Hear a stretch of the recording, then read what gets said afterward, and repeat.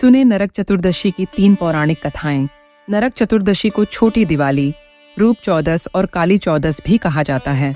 इस दिन यम पूजा, श्री कृष्ण पूजा और काली पूजा होती है। इस दिन दक्षिण भारत में वामन पूजा का भी प्रचलन है। आइए जानते हैं नरक चतुर्दशी की पौराणिक कथाएं। पहली कथा। प्राचीन समय में रणतिदेव नामक राजा था। वह पहले जन्म में धर्मात्मा एवं दानी था। उन्हीं पूर्वकृत कर्मों से इस जन्म में भी राजा ने अपार दानादि देकर सत्कार्य किए। उन्होंने अनजाने में भी कोई पाप नहीं किया था। फिर भी जब उनका अंत समय आया तब यमराज के दूत उन्हें लेने आए और बार बार राजा को लाल लाल आंखें निकाल कर कह रहे थे, राजन, नरक में चलो, तुम्हें वहीं चलना पड़ेगा। इस पर राजा घबराया और नरक में चलने का कारण पूछा। यम के दूतों ने कहा, राजन, आपने जो दान पुण्य किया है उसे तो समस्त विश्व जानता है, किंतु पाप को केवल भगवान और धर्मराज ही जानते हैं। राजा बोला, उस पाप को मुझे भी बताओ जिससे उसका निवारण कर सकूं। यमदूत बोले, एक बार तेरे द्वार से भूख से व्याकुल एक ब्राह्मण लौट गया था, इससे तुझे नरक में जाना पड़ेगा।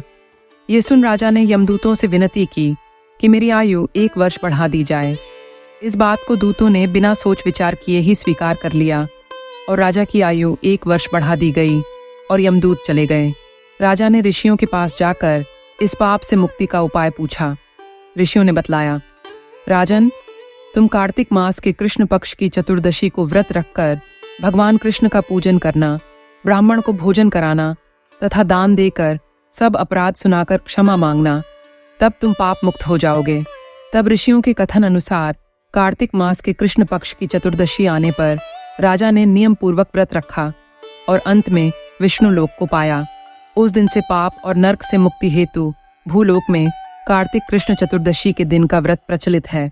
अब सुने दूसरी कथा, नरकासुर वध की। नरकासुर को भौमासुर भी कहा जाता है। श्री कृष्ण अपनी 8 पत्नियों के साथ सुखपूर्वक द्वारिका में रह रहे थे।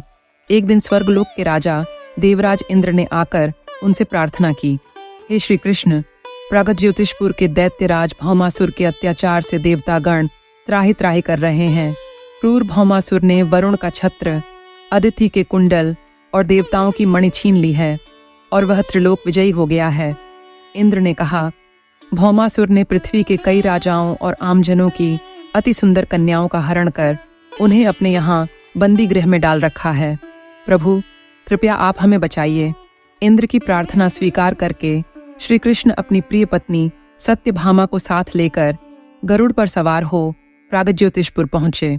वहां पहुंचकर भगवान कृष्ण ने अपनी पत्नी सत्यभामा की सहायता से सबसे पहले मुर दैत्य सहित मुर के 6 पुत्रों ताम्र, अंतरिक्ष, श्रवण, विभावसु, नभश्वान और अरुण का संहार किया। मुर दैत्य का वध हो जाने का समाचार सुन भौमासुर अपने अनेक सेनापतियों और दैत्यों की सेना को साथ लेकर युद्ध के लिए निकला। भौमासुर को स्त्री के हाथों मरने का श्राप था, इसलिए भगवान श्री कृष्ण ने अपनी पत्नी सत्यभामा को सारथी बनाया और घोर युद्ध के बाद अंत में श्री कृष्ण ने सत्यभामा की सहायता से उसका वध कर डाला। इस प्रकार भौमासुर को मारकर श्री कृष्ण ने उसके पुत्र भगदत्त को अभयदान देकर उसे प्रागत ज्योतिष का राजा बनाया। भगदत्त कौरवों की ओर से महाभारत युद्ध में लड़ा था। जिस दिन श्री कृष्ण ने भौमासुर का वध किया था उस दिन कार्तिक माह की चतुर्दशी तिथि थी, इसलिए उसे नरक चतुर्दशी भी कहा जाता है। इस दिन श्री कृष्ण ने भौमासुर अर्थात नरकासुर का वध किया था और उसकी कैद से लगभग 16,000 स्त्रियों को मुक्त कराया था। अब सुने तीसरी कथा। इस दिन दक्षिण भारत में भगवान वामन की पूजा का भी प्रचलन है। कहते हैं कि इस दिन राजा बलि को भगवान विष्णु ने वामन अवतार में हर साल उनके यहाँ पहुँचने का आशीर्वाद दिया था। इसी कारण से वामन पूजा की जाती है।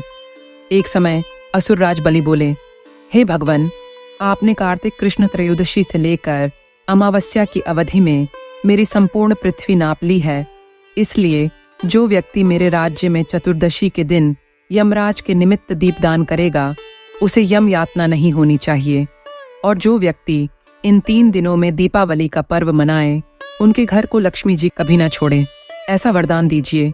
ये प्रार्थना सुनकर भगवान वामन बोले, राजन, ऐसा ही होगा, तथास्तु। भगवान वामन द्वारा राजा बलि को दिए इस वरदान के बाद से ही नरक चतुर्दशी के दिन यमराज के निमित्त व्रत, पूजन और दीपदान का प्रचलन आरंभ हुआ। बोले, जय माँ लक्ष्मी।